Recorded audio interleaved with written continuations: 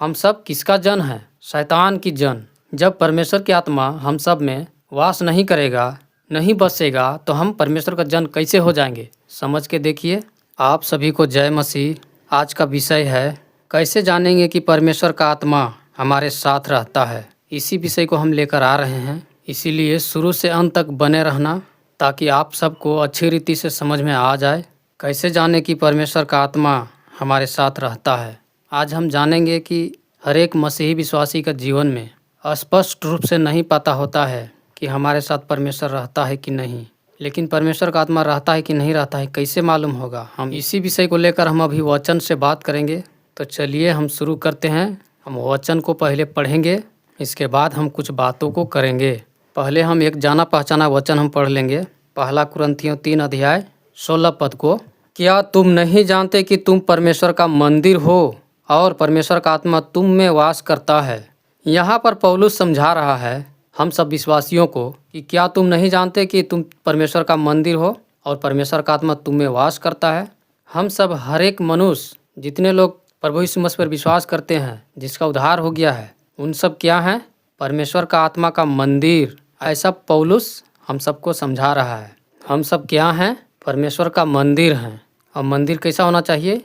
साफ सुथरा होना चाहिए, तभी परमेश्वर की आत्मा वास करेगा, अन्यथा वास नहीं करेगा। और हम देखेंगे रोमियो 8 अध्याय 9 वचन में इस प्रकार लिखा हुआ है, परंतु जब कि परमेश्वर का आत्मा तुम में बसता है तो तुम शारीरिक दशा में नहीं परंतु आत्मिक दशा में हो।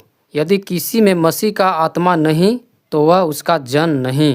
यहाँ पर समझाया है परंतु जब कि परमेश्वर का आत्मा तुम में बसता है तो तुम शारीरिक दशा में नहीं परंतु आत्मिक दशा में हो। यदि किसी में मसीह का आत्मा नहीं तो वह उसका जन नहीं। सीधा यहाँ पर लिखा हुआ है। यदि हम सब में परमेश्वर की आत्मा नहीं रहेगा तो हम सब उसका जन नहीं हैं। हम सब किसका जन है? शैतान की जन।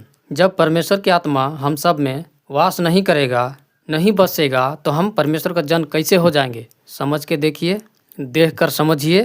पहला कुरिन्थियों 3:16 में वहाँ पर लिखा है कि क्या तुम नहीं जानते कि तुम परमेश्वर के मंदिर हो और परमेश्वर का आत्मा तुम में वास करता है। और यहाँ पर लिखा हुआ है परंतु जब कि परमेश्वर का आत्मा तुम में बसता है तो तुम शारीरिक दशा में नहीं परंतु आत्मिक दशा में हो। यदि किसी में मसीह का आत्मा नहीं तो वह उसका जन नहीं। परमेश्वर का आत्मा यदि हम में नहीं है तो हम परमेश्वर की जन नहीं हैं। मेन बात यही है। और इसी प्रकार रोमियो 8 अध्याय 26 और 27 वचन में लिखा हुआ है, इसी रीति से आत्मा भी हमारी दुर्बलता में सहायता करता है, क्योंकि हम नहीं जानते कि प्रार्थना किस रीति से करना चाहिए, परंतु आत्मा आप ही ऐसी आहें भर भर के जो बयान से बाहर है हमारे लिए विनती करता है। और मनों का जांचने वाला जानता है कि आत्मा की मनसा क्या है, क्योंकि वह पवित्र लोगों के लिए परमेश्वर की इच्छा के अनुसार विनती करता है। कहने का मतलब है जब हमारे अंदर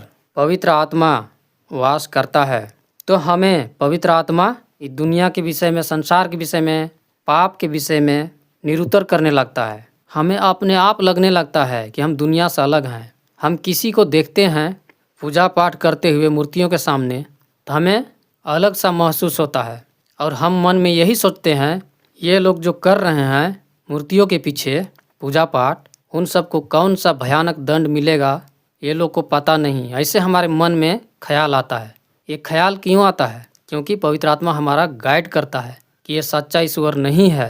सच्चा ईश्वर तो एक ही है जो दुनिया का बनाने वाला सृष्टिकर्ता परमेश्वर, जो यीशु मसीह का रूप धारण करके इस दुनिया में आया और सारे पापों के लिए क्रूस पर बलिदान हो गया, सारे मनुष्य को पाप से आज़ाद कर दिया। यही तो सच्चा ईश्वर है। और कोई इसी देवी देवता में कोई ऐसा काम किया है क्या? नहीं न किया है। आप लोग देख सकते हैं, जान सकते हैं। तो इसी रीति से हमारे पवित्र आत्मा जो है हमारे अंदर में जो वास करता है तो हमें पवित्र आत्मा गाइड करता है। और हम जानते हैं कि हमारे अंदर जो पवित्र आत्मा है वही हमारे ये सब का फर्क हमें समझा रहा है। हमें इस दुनिया संसार के वस्तुओं से और रीति रिवाज से हमें अलगाव महसूस होता है। मतलब उन सब का रीति रिवाज में हमें शामिल होने का मन नहीं करता है। यदि आप लोगों को ऐसा नहीं लगता है, अंदर से फर्क नहीं पड़ता है, तो समझिए कि आपके अंदर में पवित्र आत्मा काम नहीं करने पा रहा है। इसीलिए हमें जानना है कि क्या हमें इस दुनिया संसार के रीति रिवाज से अलग हमें कुछ महसूस होता है? क्या हमारे अंतरात्मा में कुछ बातचीत हो रहा है कि हम परमेश्वर के लिए अलग हैं, कि सब एक समान लगता है? इस दुनिया के रीति रिवाज, पूजा पाठ, मूर्ति पूजा, देवी देवता जो कुछ हो रहा है, क्या एक समान लग रहा है? यदि एक समान लगता होगा तो समझ जाइए कि आपके अंदर में पवित्र आत्मा नहीं है, काम नहीं करने पा रहा है। इसीलिए आप लोगों को कुछ अलग महसूस नहीं होता है, किसी फर्क नहीं दिखाई देता है। इसीलिए हमें जानना चाहिए कि हम सब मसीहियों के लिए अलग कर रखा है परमेश्वर ने अपने स्वर्ग राज के लिए। बाकी तो आप लोग जानते ही हैं कि दुनिया संसार को शैतान चला रहा है। इसीलिए हम लोग के पवित्र आत्मा सिखाता है, आत्मा में बातचीत करता है, हम लोग के मनों में डालता है। और हम पढ़ेंगे पहला कुरिन्थियों 12 अध्याय 3 पद को हम पढ़ेंगे। यहाँ पर इस प्रकार लिखा हुआ है, इसीलिए मैं तुम्हें चेतावनी देता हूँ कि जो कोई परमेश्वर की आत्मा की अगुवाई से बोलता है वह नहीं कहता कि यीशु श्रापित है, और न कोई पवित्र आत्मा के बिना कह सकता है कि यीशु प्रभु है। देखिए इस वचन में क्या समझा रहा है हम लोगों के लिए। यहाँ पर सीधा सीधा लिखा हुआ है पौलुस के द्वारा, इसलिए मैं तुम्हें चेतावनी देता हूँ कि जो कोई परमेश्वर की आत्मा की अगुवाई से बोलता है वह नहीं कहता कि यीशु श्रापित है। तो यदि आपके आत्मा में, आपके अंदर परमेश्वर की आत्मा है तो आप यीशु को नहीं खराब समझ सकते हैं, उसको अच्छा ही समझेंगे, और बिना पवित्र आत्मा के बिना नहीं कह सकते हैं कि यीशु मसीह प्रभु है। आज जितने लोग बैर विरोध कर रहे हैं कि यीशु मसीह सच्चा ईश्वर नहीं है, विदेशी वाला है, विदेशी धर्म है, ऐसा सोच करके बोलते हैं, उन सबों में पवित्र आत्मा यानी परमेश्वर की आत्मा नहीं है। इसीलिए वो लोग ऐसा बोलते हैं, और बिना पवित्र आत्मा के कोई यीशु को प्रभु नहीं बोल सकता है। यदि आपके मन में, दिल में यीशु मसीह के प्रति विश्वास है कि यीशु मसीह सचमुच में प्रभु है, तो समझिए कि आपसे पवित्र आत्मा बात कर रहा है। आपके मन में विश्वास यदि है कि सचमुच में यीशु मसीह प्रभु है और उसके सिवाय और कोई नहीं है प्रभु इस दुनिया संसार में, तो समझिए कि आपके अंदर पवित्र आत्मा समझा रहा है, बता रहा है, अंदर से बात कर रहा है। ऐसा महसूस होता है पवित्र आत्मा के कार्य। आशा करता हूं कि आप लोग समझ रहे होंगे कि जो पवित्र आत्मा काम करता है वो कैसे करता है। तो यही सब हम सब का फर्क पड़ता है, जिसके अंदर पवित्र आत्मा है, और जिसके अंदर पवित्र आत्मा नहीं है उसका कोई फर्क नहीं पड़ता।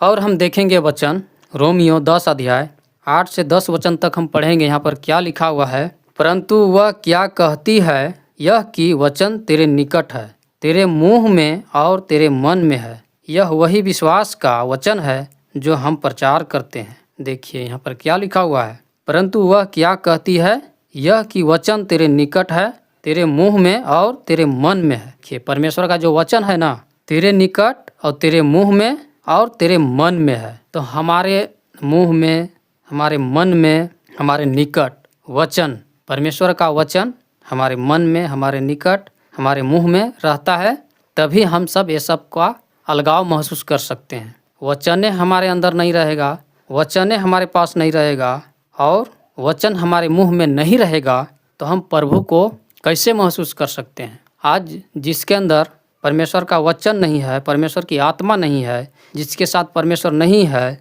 उन सब कैसे महसूस कर सकते हैं। उन सब को तो आसानी से शैतान चलाता है। यही फर्क हम लोगों में पड़ता है, विश्वासी और अविश्वासी में। उम्मीद करता हूं कि आप लोग अच्छी रीति से समझ रहे होंगे। यहाँ लिखा है यह वही विश्वास का वचन है जो हम प्रचार करते हैं। आज हर एक विश्वासी, दास, पास्टर, पादरी जैसे हम बोलते हैं, यीशु मसीह के सब चेले यही विश्वास का प्रचार करते हैं।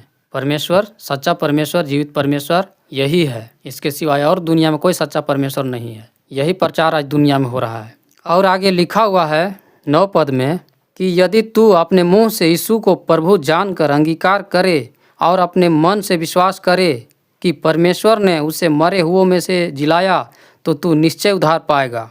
क्योंकि धार्मिकता के लिए मन से विश्वास किया जाता है और उद्धार के लिए मुंह से अंगीकार किया जाता है। देखिए यहाँ पर क्या लिखा है, यहाँ पर साफ साफ लिखा है। जैसे कि हम रोमियो 8 अध्याय 9 वचन को पढ़े थे, तो वहाँ पर क्या लिखा था, परंतु जब कि परमेश्वर का आत्मा तुम में बसता है तो तुम शारीरिक दशा में नहीं परंतु आत्मिक दशा में हो। यदि किसी में मसीह का आत्मा नहीं तो वह उसका जन नहीं, इस प्रकार लिखा हुआ है। और यहाँ पर देखिए, यहाँ पर क्या लिखा हुआ है कि यदि तू अपने मुंह से यीशु को प्रभु जानकर अंगीकार करे और अपने मन में विश्वास करे कि परमेश्वर ने उसे मरे हुओं में से जिलाया, तो तू निश्चय उद्धार पाएगा। आपके अंदर ये विश्वास हो जाएगा तब आपको उद्धार होगा। और आपको उद्धार नहीं होगा तो परमेश्वर की आत्मा कैसे आपके साथ रहेगा? कैसे? जैसे हम वचन पढ़े हैं 1 कुरिन्थियों 3:16 में, क्या तुम नहीं जानते कि तुम परमेश्वर की मंदिर हो और परमेश्वर का आत्मा तुम में वास करता है? तो वास कैसे करेगा परमेश्वर का आत्मा? जब हमारे उद्धार नहीं होगा, हमारे प्रभु पर विश्वास नहीं होगा, तो हमको उद्धार कैसे होगा? तो यहाँ पर उद्धार के विषय में बताया, आप लोग खुद देख रहे हैं। जैसे यीशु मसीह को परमेश्वर ने मरे हुए में से जिलाया, यदि आपको ऐसा विश्वास हो जाएगा कि सचमुच में जो परमेश्वर है, यीशु मसीह जो मरे हुए में से जी गया है, विश्वास हो जाएगा अंदर से, तो समझिए कि उद्धार हो गया। और उद्धार के बाद उसी दिन से पवित्र आत्मा काम करना शुरू कर देगा। आगे लिखा है, क्योंकि धार्मिकता के लिए मन से विश्वास किया जाता है। यीशु मसीह में चलने के लिए यीशु पर विश्वास किया जाता है, मन से, हृदय से, दिल से विश्वास किया जाता है। ऊपर ऊपर से दिखावटी चलने से नहीं होगा, मन से अंदर से विश्वास करना होगा। और उद्धार के लिए मुंह से अंगीकार किया जाता है। हमारे मन में, हमारे हृदय में, हमारे मुंह में वचन रहेगा, पवित्र आत्मा रहेगा। जब हमारे उद्धार हो जाएगा तब तो इस रीति से हम जान सकते हैं कि हमारे अंदर पवित्र आत्मा है कि नहीं। ये दुनिया संसार के चीज़ों से अलगाव महसूस होगा, तब जान सकते हैं कि हमारे अंदर पवित्र आत्मा काम कर रहा है। इस रीति से हम जान सकते हैं कि हमारे अंदर पवित्र आत्मा है कि नहीं। क्या आपको लगता है ये दुनिया संसार में जो रीति रिवाज हो रहा है, हर जगह जगह पर पूजा पाठ, मूर्ति पूजा, घर घर में देवी देवता अलग अलग नाम से, इसमें क्या आपको कुछ अंदर से लगता है कि ये सब अलग है और हमारे जीवित परमेश्वर जो दुनिया का बनाने वाला है ये अलग है? लगता है तो पवित्र आत्मा आपके साथ है, और नहीं लगता है तो समझिए कि पवित्र आत्मा नहीं है। इसी प्रकार हम जान सकते हैं कि हमारे साथ पवित्र आत्मा परमेश्वर रहता है कि नहीं। आशा करता हूं कि इस विषय में आप लोग समझ गए होंगे, और यदि आप लोगों को कुछ समझ में आया होगा तो दूसरों को भी समझने के लिए इस वीडियो को शेयर कीजिए, बहुत लोगों को शेयर कीजिए। विश्वासी हो या अविश्वासी हो, सब लोगों को आत्मा बचना चाहिए। और शुरू से अंत तक देखने और सुनने के लिए परमेश्वर आप सबको आशीषित करे। आमीन।